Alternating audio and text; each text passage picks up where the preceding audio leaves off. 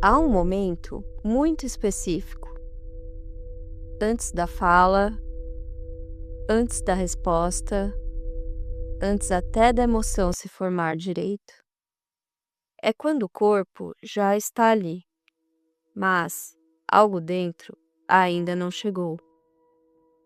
Os ombros ficam levemente tensos, a respiração encurta, sem você perceber, e, por um segundo, parece que você precisa segurar o mundo antes de se mover dentro dele. Você não está em perigo, nada está acontecendo de fato, mas a mente já começou a trabalhar. Ela percorre a situação inteira, como quem confere se todas as portas estão trancadas. O tom de voz, o silêncio estranho, o que pode dar errado, o que pode ser interpretado errado. E tudo isso acontece antes mesmo de você viver o momento. No começo, isso parece atenção. Depois, parece inteligência. Com o tempo, vira desgaste. Porque quando a mente não desliga, nenhuma experiência chega inteira. Em geral, ninguém nota isso por fora. Você continua funcionando, respondendo, cumprindo, pensando. Mas, por dentro, existe uma tensão constante entre duas vontades silenciosas: a de participar e a de se preservar. Você entra numa conversa já calculando o quanto mostra, já ajustando o que dizer, já medindo se vale a pena aprofundar, ou se é melhor ficar no raso e sair ileso. Não é falsidade, é adaptação.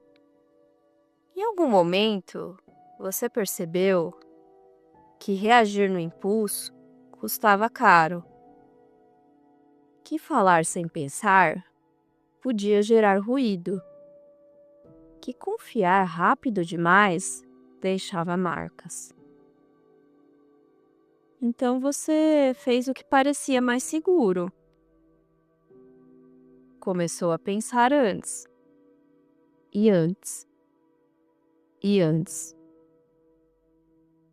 Hoje, o pensamento chega sempre primeiro. A emoção vem depois. Às vezes nem chega. Esse padrão não nasce de um grande trauma. Ele se forma aos poucos, em ambientes onde o clima muda muito fácil, onde a aprovação é instável, onde o silêncio pesa mais do que a fala. Você aprende a observar, a captar sinais, a ler o ambiente. Aprende que antecipar evita conflito, que perceber antes evita erro, que entender tudo diminui o risco de ser pego desprevenido. E funciona. Funciona muito bem.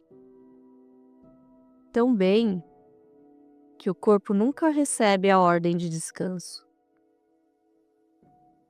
Na vida adulta, isso parece de formas discretas, difíceis de explicar para quem não vive assim. Você demora para responder mensagens simples. Não porque não sabe o que dizer, mas porque vê possibilidades demais. Você revisita conversas antigas, sem saber exatamente por quê. Algo ficou aberto, algo não encaixou, e a mente insiste em resolver.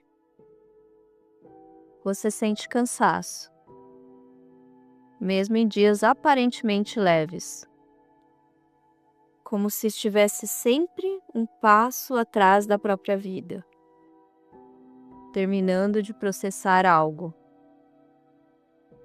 Nada disso parece grave, mas tudo isso consome, porque quando a mente não desliga, ela ocupa espaço onde o descanso deveria entrar. Existe um ponto em que o funcionamento ganha até um certo orgulho silencioso.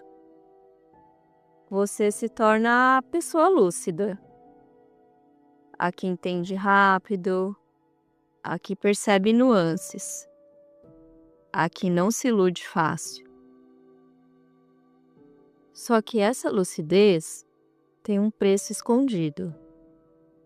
Ela exige vigilância constante. Você não relaxa completamente. Não se entrega inteiro. Não se permite não saber. Porque lá no fundo, existe uma crença, nunca dita em voz alta. Se eu parar de analisar, algo ruim acontece. Então você segue. Analise o passado para entender o que escapou. Analise o presente para não errar. Analise o futuro para não sofrer. A mente vira um sistema de segurança que nunca entra em modo noturno. Há um conceito simples que toca nesse ponto, sem precisar ser explicado demais. A ruminação. Não no sentido de negatividade, mas de repetição mental com promessa de resolução. A ideia de que, se você pensar mais um pouco, vai chegar num lugar seguro. O problema é que esse lugar quase nunca chega. Porque a vida não se organiza do jeito que o pensamento gostaria.